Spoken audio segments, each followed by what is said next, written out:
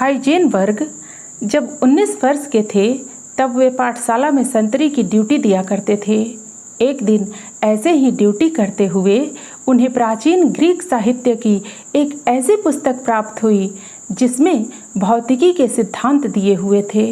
उस पुस्तक को पढ़ते पढ़ते उनकी भौतिक विज्ञान में इतनी रुचि हो गई कि उन्होंने उसी क्षेत्र में कुछ करने की ठान ली।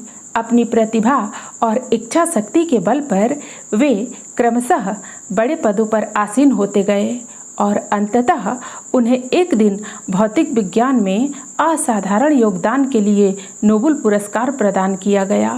उनके द्वारा दिया गया प्रख्यात अनसर्टेनिटी प्रिंसिपल आज भी भौतिकी के क्षेत्र में अभूतपूर्व माना जाता है। यह उदाहरण इस तथ्य को प्रमाणित करता है कि सच्ची जिज्ञासा के बल पर सब कुछ संभव है। नमस्कार मित्रों, आज आपके लिए एक लेख लेकर उपस्थित हैं। आज का लेख है परिवर्तन को स्वीकार ना जाने। दृश्य बड़ा ही मनोरम था। सूर्योदय के समय पूरी पहाड़ी सुनहले सूर्य के प्रकाश से नहा उठती थी और सूर्यास्त की रक्तिम आभा से उसका सौंदर्य भी बढ़ जाता था। पहाड़ी पर पक्षियों का कलरव एक नए प्राकृतिक संगीत को जन्म देता था। इस पहाड़ी के नीचे एक छोटी सी नदी बहती थी। नदी का जल बड़ा ही निर्मल था। जल इतना निर्मल था कि उसके नीचे के रंगीन पत्थर आदि साफ नजर आते थे। नदी के आसपास समतल जमीन फैली हुई थी जहाँ पर आसानी से गांव बसाया जा सकता था। इस प्राकृतिक सौंदर्य, नदी और समतल मैदान का ऐसा संयोग देखकर शमरेंदु और उसके साथी राधारमण, नागेश्वर, प्रभाकर की आंखें चमक उठीं। समरेंदु अधेड़ उम्र का था और वही उन सभी का मुखिया था। अपने अच्छे गुणों और सबके लिए अच्छा सोचने के कारण उसे सब मानते थे और उसके कहे अनुसार चलते थे। वह सभी लोगों को एक साथ रखता था, उनकी व्यवस्था करता था और सबको उनके अनुरूप काम देकर खूब अच्छी तरह से समझाता था। भूकंप के कारण समरेंदु का पुराना गांव नष्ट हो चुका था और वे लोग गांव बसाने के लिए एक नए स्थान की तलाश में थे जो अब पूरी होती नजर आ रही थी। शमरेंदु ने कहा, नागेश्वर, यहाँ समतल मैदान है, पास में नदी बह रही है, जमीन, पानी और प्राकृतिक वातावरण, ये सभी एक अच्छा गांव बसाने के लिए उपयुक्त परिस्थितियां हैं। साथ ही यहाँ का प्राकृतिक सौंदर्य भी अद्भुत है। हम यहाँ पर गांव बसा कर रहें तो कैसा रहेगा?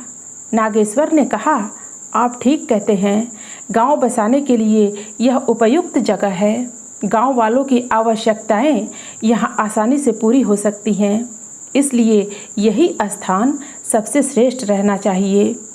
राधारमण एवं प्रभाकर ने भी इस हेतु अपनी सहमति जता दी और निश्चित हो गया कि इस समतल मैदान को एक छोटे से गांव में परिवर्तित कर दिया जाए और मिलजुल कर सुखपूर्वक जिया जाए।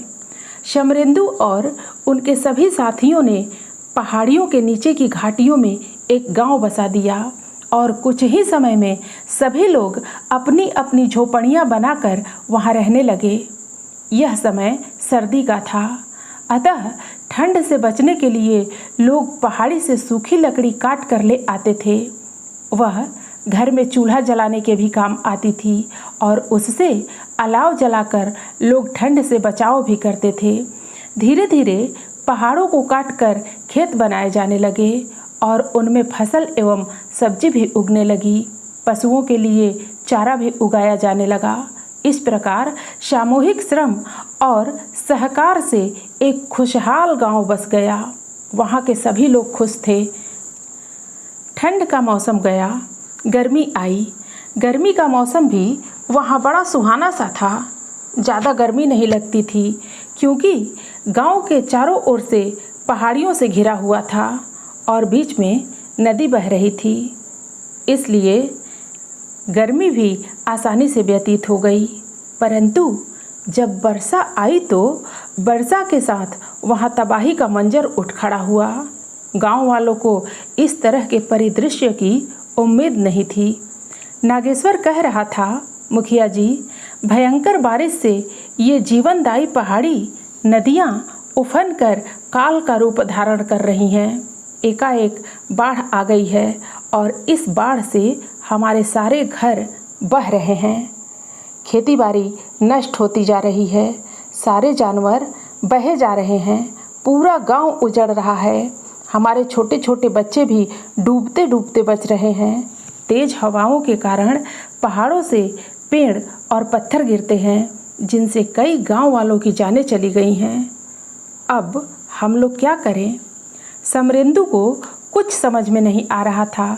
वह बोला, इस वर्षा को किसी तरह झेल लेते हैं। वर्षा खत्म हो जाएगी, इसके बाद फिर से गांव की मरम्मत करेंगे।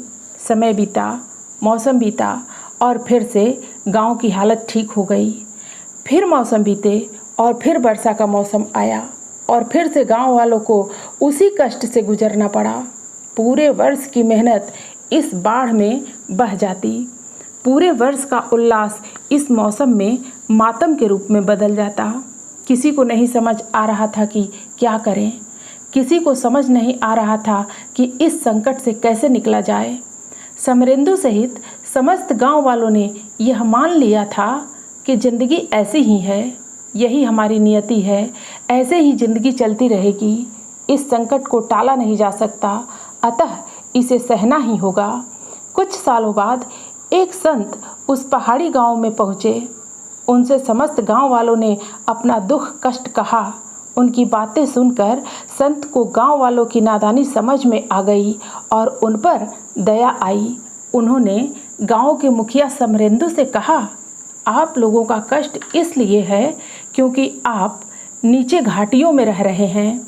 यहाँ रहते हुए आप लोगों की समस्याएं कभी हल नहीं हो सकेंगी। यदि आप अपने मकान को थोड़ी ऊंचाइयों में बनाएंगे तो इन समस्याओं से बच जाएंगे। लोगों ने कहा, महात्मन, हम बरसों से यहाँ रह रहे हैं, यदि ऊपर ऊंचाई पर जाएंगे तो क्या अंतर पड़ेगा? कहीं और मुसीबत तो नहीं आ जाएगी। इससे अच्छा है कि जो भी है उसे स्वीकार करते हुए जीवन जिया जाए। इस पर संत ने कहा, इस खाई नुमा घाटी तथा समतल मैदान का मोह छोड़ो। देखो, इतने अच्छे पहाड़ तुम्हारे चारों ओर हैं, इनके ऊपर अपना मकान बनाओ। समरेंदु ने इसके जवाब में कहा, क्या इससे ऊंचे पर मकान बनाने से हमारी समस्याएं हल हो जाएंगी? वर्षा तो तब भी आएगी, नदियां फिर भी रहेंगी, आंधियां भी उठेंगी। इस तरह समरेंदु के साथ गांव वालों ने भी अनेकों तर्क दिए। संत गांव वालों के तर्कों को सुनकर समरेंदु को संबोधित करते हुए बोले, समरेंदु, तुमने जो अभी वस्त्र पहन रखे हैं, क्या ये वस्त्र आज से 20 वर्ष पहले भी पहना करते थे? समरेंदु ने उत्तर दिया, महात्मन, 20 वर्षों में तो मेरा शरीर पूर्णतया बदल गया है। अब तो वो वस्त्र मुझे कहाँ आ सकते हैं जो 20 वर्ष पूर्व आया करते थे। संत बोले, बेटा, जैसे शरीर की नाप बदल जाने के साथ वस्त्रों को भी बदलना आवश्यक हो जाता है, वैसे ही परिस्थितियां बदलने के साथ अपने जीवन के निर्धारणों को बदलना भी उपयुक्त रहता है।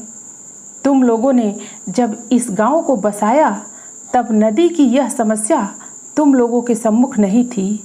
अब बदली हुई परिस्थिति में उसके अनुरूप निर्णय लेना ही उचित होगा।